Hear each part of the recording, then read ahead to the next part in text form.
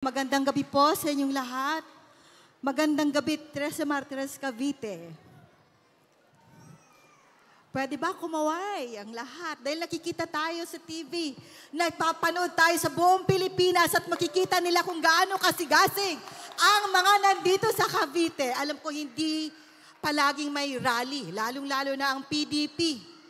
Tama ba? Tama ba? Dito sa Cavite. Kaya nagpapasalamat tayo sa ating dakilang Ama na may kapal, na pinag-isa tayo, pinabuklod tayo sa gabing ito.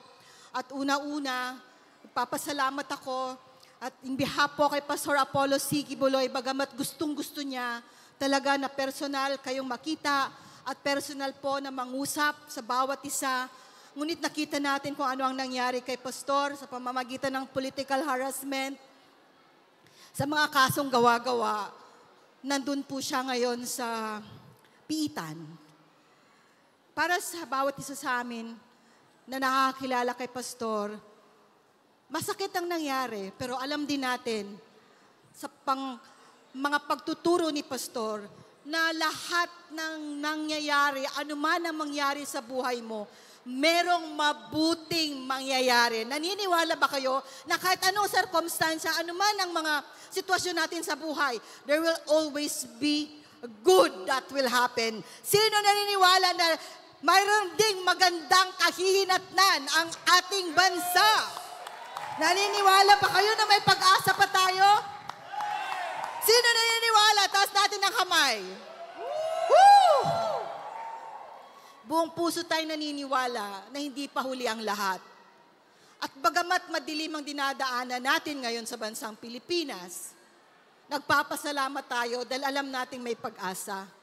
Kung tayo na mga mamamayan ay gagamitin natin ang ating kapangyarihan upang magluklok ng mga mamumuno sa atin na tunay na may pagmamahal at malasakit sa kapwa Pilipino at para sa ating bansang Pilipinas. Gagamitin ba natin ang kapangyarihan na yan, mga kababayan? Ano ang kapangyarihan natin? Ang pagboto. Lahat ba boboto ngayong Mayo 12? Lahat ba? Huwag nating sayangin yung pagkakataon. Kaya kami nandito, tatanong siguro kayo, spiritual si Pastor, isang spiritual leader, ba't siya napasok sa mundo ng politika? Ba't siya nandito ngayon tumatakbo bilang isang senador? Yun nga ang sinabi ni Pastor sa amin dahil sa circumstansya na nangyari sa Kingdom of Jesus Christ. Kani-kanina lang napanood natin for 40 years. Si Pastor ay nagsilbi sa Diyos at sa kanyang mga pinamumunuan, sa kanyang mga tupa, sa kanyang mga miyembro. Magmula sa 15, nung nag-umpisa ang ministry, 15 members. Pinalago, pinagpala ng ating dakilang Ama hanggang umabot kami sa milyon-milyong members dito sa Pilipinas at sa ibang bandako ng daigdig. Paano pinalago ang Kingdom of Jesus Christ? Mula sa wala. Nung nag-missionary ako, nung pumasok ako sa ministry, wala pa kaming kinakain. Walang kusina. Kung walang maghahatid ng pagkain, wala kaming kakainin sa araw na yon. Pero si Pastor ay isang pastor na malaki ang pananampalataya na ang Diyos na may kapal ang siyang gagawa ng paraan at pagpapalain niya kapag ikaw ay tunay na naglingkod at ikaw ay tunay na nagmamahal sa ating dakilang Diyos. Totoo nga, ang lahat ng sinabi ni Pastor natupad.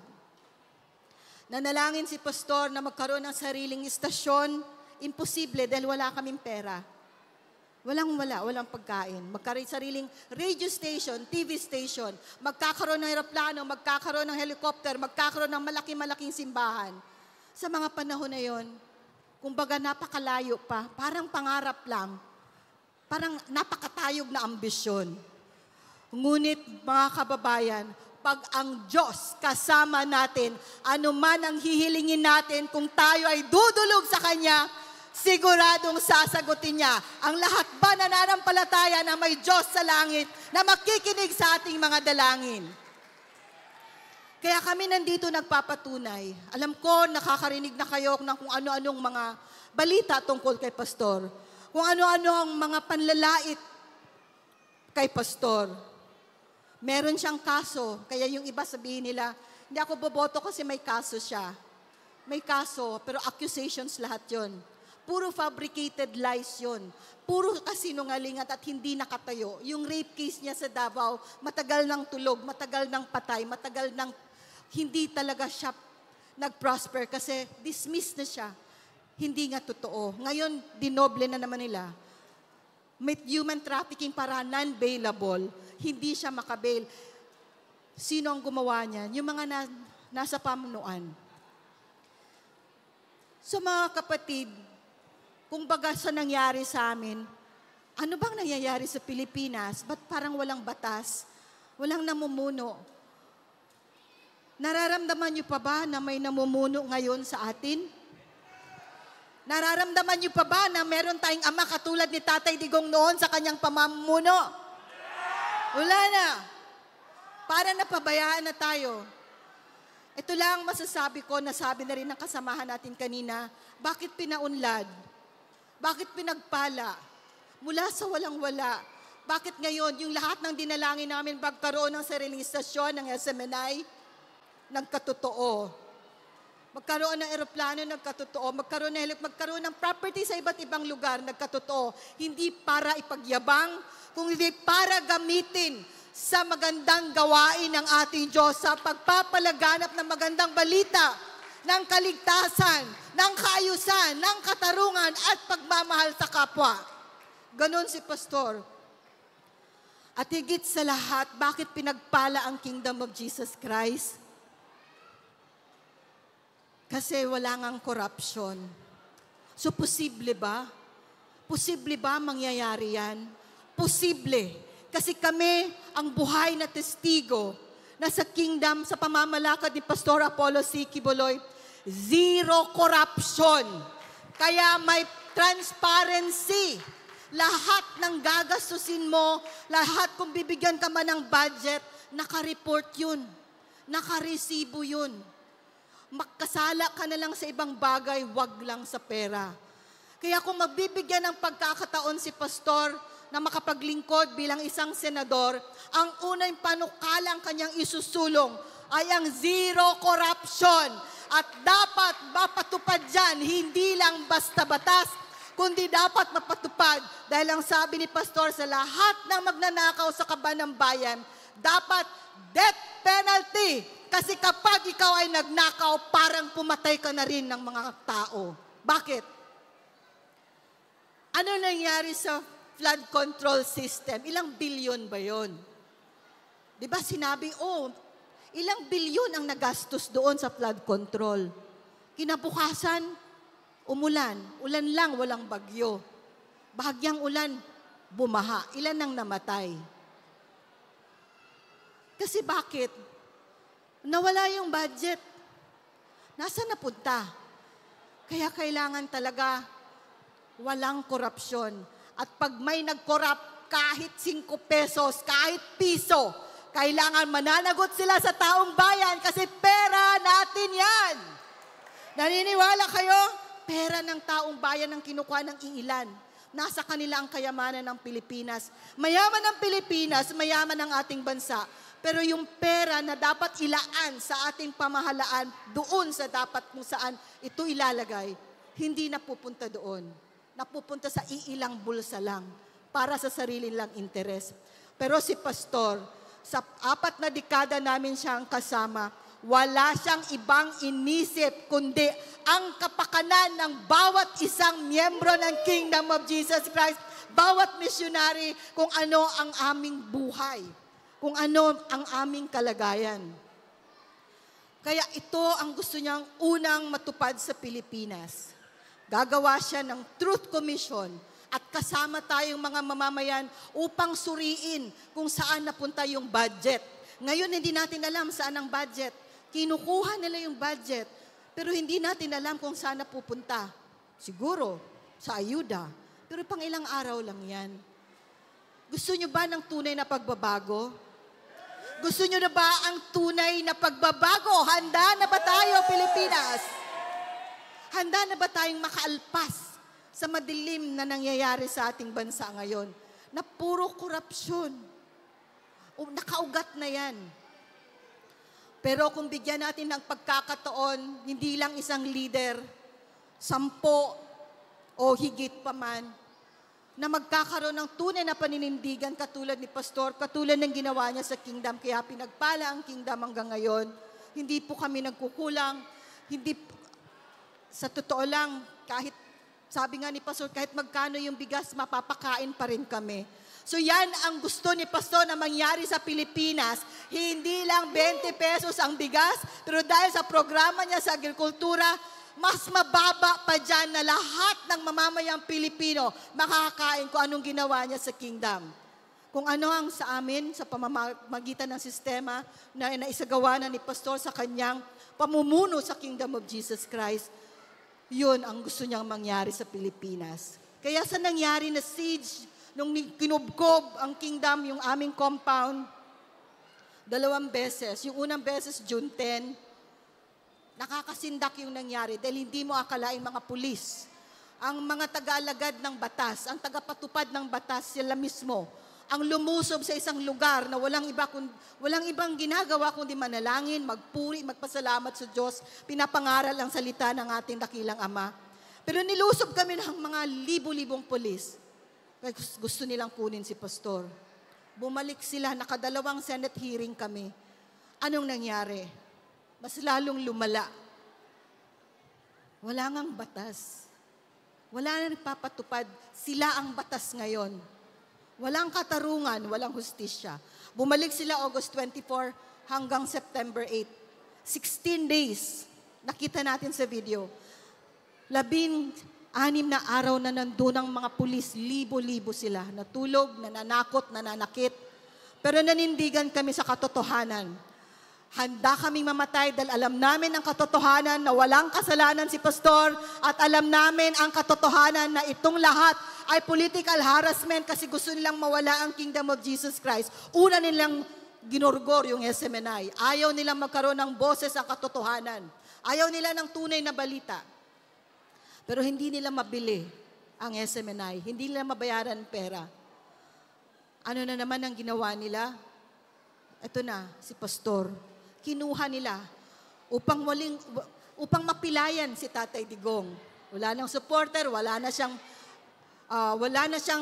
boses. Kasi SMNI lang nagbigay ng boses kay Tatay, lalo na natapos na ang kanyang termino. SMNI lang ang nag-i-interview. Kaya nabalik ang gikan sa masa para sa masa na programa ni Tatay Digong. Ano na naman ang gusto nilang mangyari?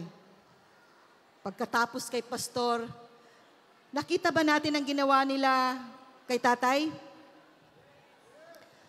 Kung anong ginawa nila kay Pastor at sa KOJC, ganon din illegal na kinuha si Tatay Digong. Hindi siya dinala dito sa pitan sa Pilipinas, pero binenta siya o binigay siya sa ibang bansa. Ano ang nangyayari sa Pilipinas? Kailangan bang ayusin? Sinong naniniwala na dapat ayusin natin ang Pilipinas? Ayusin natin ang Pilipinas. Kailangan na ba? Kailangang ayusin natin ang Pilipinas. Nababalik uli ang peace and order dahil ngayon, sabi nila walang krimen. Sabi nila sa social media lang daw yung mga post ng krimen. Pero alam natin ano nangyayari. Hindi na naman tayo ligtas na maglalakad ng hanggang madaling araw. Ano pa? Ang insurhensya bumalik. Hindi na sila nanatili sa bundok. Nandyan na sila nakaupo sa Kongreso at Senado. Ang front ng CPP, NPA, NDF na siyang salot ng ating bansa. Nilabanan niya ni Pastor. Naglaan siya ng 3 oras na laban kasama ang bayan sa SMNI. Libre para maging boses ng lahat ng mga kadre, lahat ng sinasawalat nila ang kasamaan na dinudulot nitong mga CPP, NPA, NDF. Ilan bang mga magulang na naulila? Ilan bang mga estudyante na ang nawawala? Nanmundok at hindi na nakabalik? Sa panahon ni Tatay Digong, malapit nang maubos ang mga CPP and PNDF, wala na silang galamay, wala na silang dapat kapangyarihan. Pero ano nangyari sa ating syudad ngayon? Nandyan na naman sila nakaupo.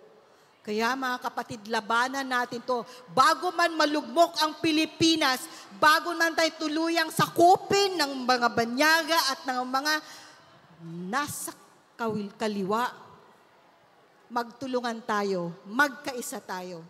Dahil gusto ni Pastor, magkaroon ulit ng peace and order para ang Pilipinas ay tuloy-tuloy ang pag-unlad. Ganun din, lahat magkakaroon ng trabaho, lahat magkakaroon ng oportunidad, at lahat ay pagpalain ng ating Ama. Bakit?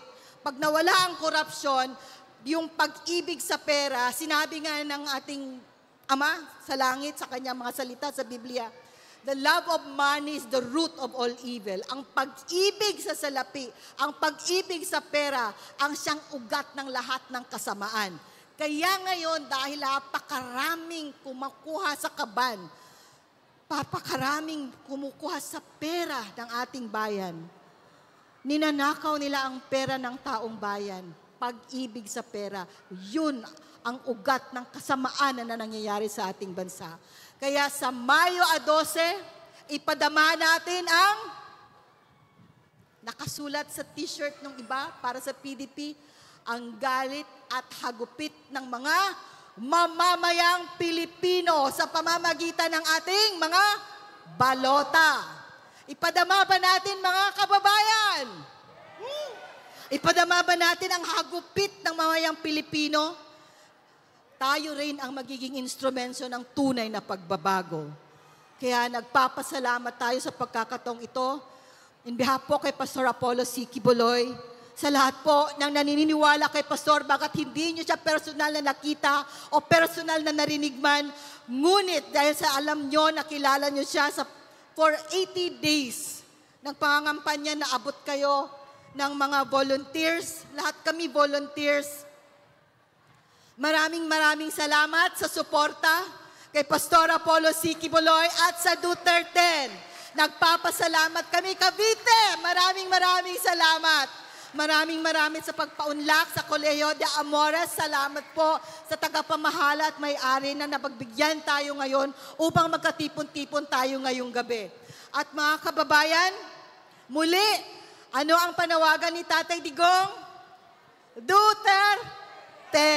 Kaya sabi niya, kalimutan nyo na lang ako kung hindi mananalo ang mga senatorial ball ni Pangulong Duterte. Pagbigyan ba natin ang hiling ni Tatay Digong? Yeah! Kaya vote straight. Ayan, nandito din sa likod. PDP. Vote straight PDP. Duterte! Duterte! Duterte! Duterte! So ipadama natin yan ngayong Mayo 12. Muli, maraming salamat. Mabuhay ang Pilipinas! Mabuhay ang Pilipino! Magandang gabi sa inyong lahat! Daghang salamat!